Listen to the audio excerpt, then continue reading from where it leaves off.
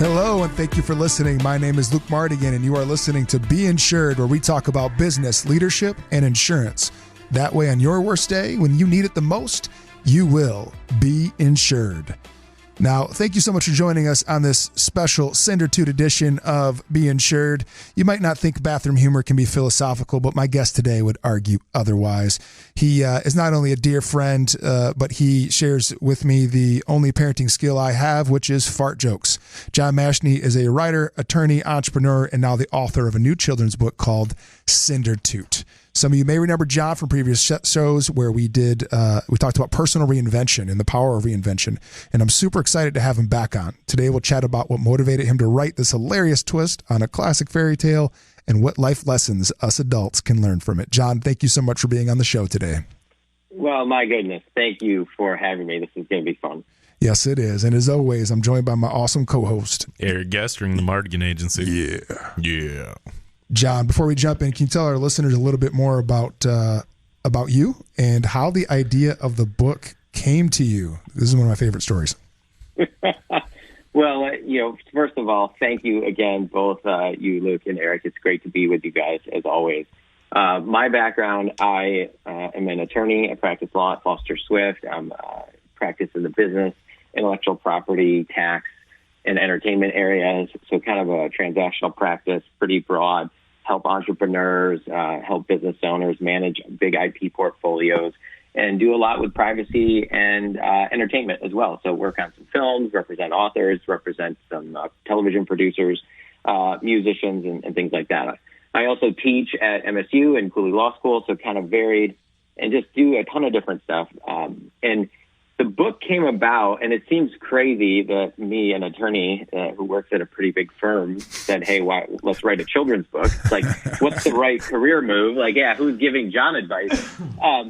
But it really came from my love of stories. 20 years ago, I went to film school. Before I went to law school, I worked in audio and video. I actually wrote a couple screenplays. And then when I went to law school, those kind of dreams or goals kind of faded away. And it wasn't until after I graduated from law school, literally the first month, one of my old film buddies called me and said, John, I hate attorneys, but I like you, and I need someone to help me with my film. And that kind of led me to practicing in entertainment law. So I love stories. I love telling stories. And as my kids are getting older, I have 4 great kids right now, ages 10, 8, 6, and 3. And a few years ago, they didn't want to read books at night necessarily. They wanted me to tell them stories, maybe because my stories were funnier or better. I don't know. But one of the stories that we had so much fun telling is what we turned into the book. And literally, I told them this story, and they wanted to hear it every single day for months. I mean, I probably told them this story over 100 times. It was just so much fun, and I changed a little bit every time. But the basic premise was the same, and we came up with so many different versions. And it's, of course, the story of Cinderella, except that instead of losing her glass slipper as she's running down the steps, she picks up the glass slipper, but as she's bending over to pick it up, she passes gas, she toots, and then leaves. And so instead of the prince having a glass slipper or a slipper to go and take around the kingdom and find the foot that fits into the slipper, all the prince has is the smell of her tooth that he remembers. And a princess's journey begins not with the slipper, but with the fart. And so it's so ridiculous, but it is so funny, right? Yes. We had so much fun. We had so much fun. And what I love about it is my kids love it, but even adults love it. And it really does bring joy to every single person that reads it, whether you're a kid or an adult. The number of adults that have messaged me that don't have kids and said, I could not stop laughing at this book has been amazing. So that's the genesis. And really, and I had no intention of turning any of my stories. I just thought this is my time with the kids, and I loved my kids. And so initially it was just, I was working on other projects. I was actually working on a book on reinventing yourself, like we talked about, maybe a year ago. And eventually one day I realized, I'm a lawyer. I have a busy practice. I do all these other things. I was not going to be able to get a book released, like a big nonfiction book on reinvention, within a couple of years' time, just with the amount of work and effort and energy that it would take to do it. So a friend said, well, why don't you get something out next year? And this was last year. Why don't you get something out in 2020 and you could just do this funny story, one of the funny stories you tell your kids. And I thought he was crazy because it was just like, you guys, this is nuts. Okay, I am a tax attorney. Like, I do intellectual property. You guys are crazy. This is nuts. And then finally I was like, well, I could do it. It is really funny. And then I had a kind of a discussion with my wife, and I said, is this the right thing to do? And what we decided together was, let's not just write the book to write the book. Let's write the book and incorporate the kids into every aspect of it. That's amazing. So that they will see how to create something, how to start a business, how to execute on an idea. And I think that was really the point or the purpose of writing the book, was to show my kids how to execute and create and do something creative and actually like manifest it, actually have it be something that we do together. And it's been amazing, right? That the last last year really has been us working on this book together. They helped me through every step of the process. They helped every single draft. I wrote 13 different drafts. They heard every single draft. They knew when I changed a single word. My daughter said, "Oh, you changed ran to jumped." It's like, well, how did you know that?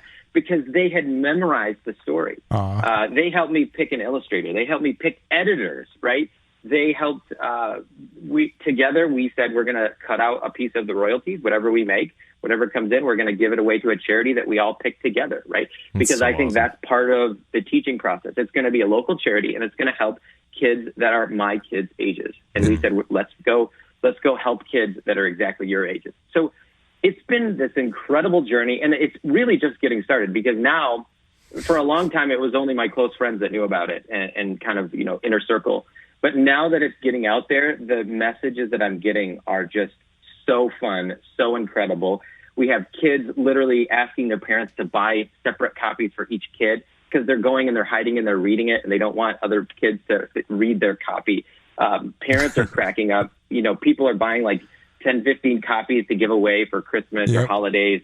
It's just been so fun. And I'm getting these messages like, my kids now want to tell stories. It's so fun. I don't know what else to say other than that's kind of the genesis, and I have no idea where it's going. I am excited, and it's been super fun. So hopefully that gives you a little bit of a picture into what the journey has looked like. Yeah, I find that fascinating. I mean, that's like you can make a movie off of just that year of your life that you made that off of, and it would be incredibly entertaining. And it would be. It'd be like bedtime stories with Adam Sandler. Well, but the Lebanese version, with lots of tabbouleh. What's crazy is, it's also, we were in a pandemic. Yeah. So it's just the other thing that I looked at. I had a moment in March when everything first closed down, and I think you guys would be interested in this. I literally put the book down because I'd written 13 drafts at that point. I had not hired an illustrator. And when everything shut down, I just felt this anxiety, even for myself, my own family, for other families. Everybody's hurting. I thought, is this the right thing to do with my time? Because it's silly, because it's humorous, it's joyful. It didn't match the tenor of everything that I was seeing, every person I talked to. But it's our mission, right? Well, here's what happened. For 2 months, I put the book down and I didn't touch it because I was just so into the pandemic and trying to survive myself and my friends and family and clients. And then one night, it was during the week, it was about midnight, and I couldn't sleep. And I just sat at my kitchen table and I found a printed off copy of the manuscript, no illustrations. And I just said, I'm just going to read it. And so I started reading the story, my own story that I'd written and told hundreds of times. And it was past midnight, and I was cracking up. I was laughing out loud. I forgot how funny it was. I could not stop laughing. I thought I was going to wake up the kids. I was laughing so loud. And I had the realization that this is exactly what the world needs right now. People need joy. People need humor, fun. And it's not a crude book, even though it deals with toots, right, with farting. It's not a crude book. It's a beautiful book. It's uplifting. It's very funny. The artist, Kate Cosgrove, did a phenomenal job. Beautiful. And so it really, the pandemic convinced me that now is the perfect time to bring joy to people. Yep, and as soon as you see this on Facebook Live, you'll see me in my Christmas suit, and you'll chuckle again and be filled with joy. It's not even Thanksgiving yet, Eric. Come on, man. Got to get Black Friday before we start celebrating Christmas. John, this is Eric, and I just want to say, when your book was released, it quickly shot to #1 on Amazon and got tons of awesome reviews. Why do you think there's been such a positive response with the book? Well, part of it is, me really laying the groundwork to get the word out to people and try to share it. But I really believe that it's more than just the people I know. It's that here's how I look at it. What would you pay for 30 minutes of joy with a child? Yeah. And when I realized that I was not selling a book and I was selling about 30 minutes of joy with a child or with someone else, it really shifted how I looked at the book and how I look at writing any children's book. And so I think when people read it and they have this amazing experience with their kids where they're laughing by the second page. In fact, if you read the copyright page, adults will be laughing because I put jokes into the most boring and banal part of most books is the copyright. And so I think to me it comes down to parents are getting it, and the reaction of kids is incredible. Kids love the story because it's funny but not crude. There are so many even little jokes that parents will see that the kids won't see, right? And I don't even want to name them all, but we spent so much time. There are so many jokes within jokes and the illustrations. You can't just read it once and see every joke. It might take you 5 or 6 times to see, most of the humor in the book. And so to me, it's just, I don't know, other than it makes me laugh. Literally, when I read it, I read it yesterday, I still laugh out loud. Do you think maybe some of it has to do with the times that we're in with the pandemic, and maybe that joy that it brought you is starting to spread to other people?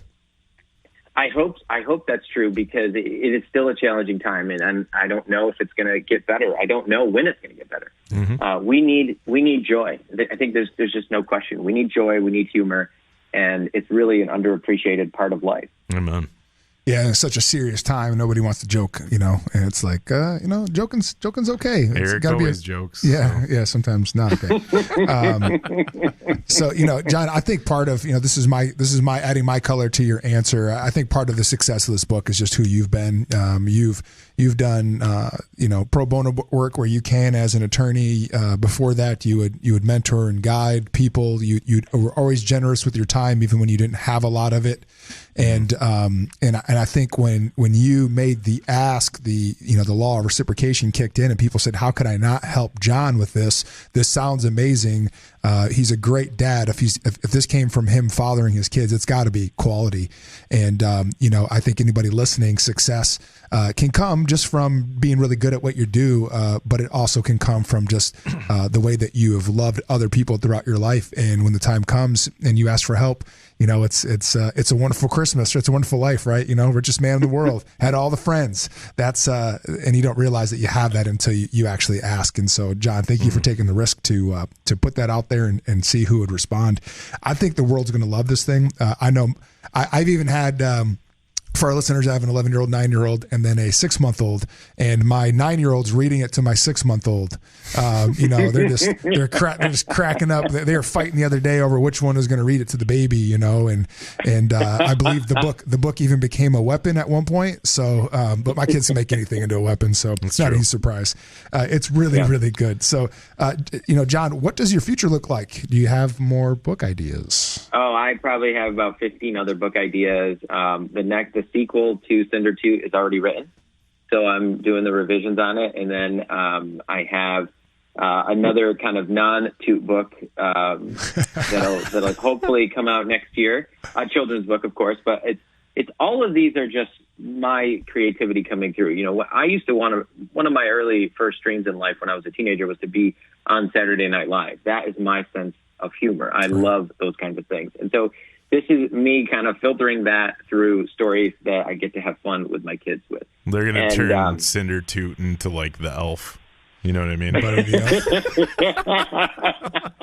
I think there's so much possibility. There's so many fun stories left that I have. So I would just encourage people, if they're interested, go to CinderToot.com. You'll be able to see like a sign-up form. You can get notified when new books come out. This is just the beginning. My kids and I literally asked the kids, if we write this book, we got to have a follow-up book. And I had all these ideas. I thought, what about this story? What about this story? And my 8-year-old daughter said, Dad, there's one story that you have to do next. And it was a story I only told them one time, and I had actually forgotten about. And she said it, and I was immediately, I thought, you are exactly right. You are so right. It's, again, just taking advice from the kids, right? They can participate in it. It makes it really fun. That is a ton of fun, and what a great lesson for them. John, thank you so much for joining us today.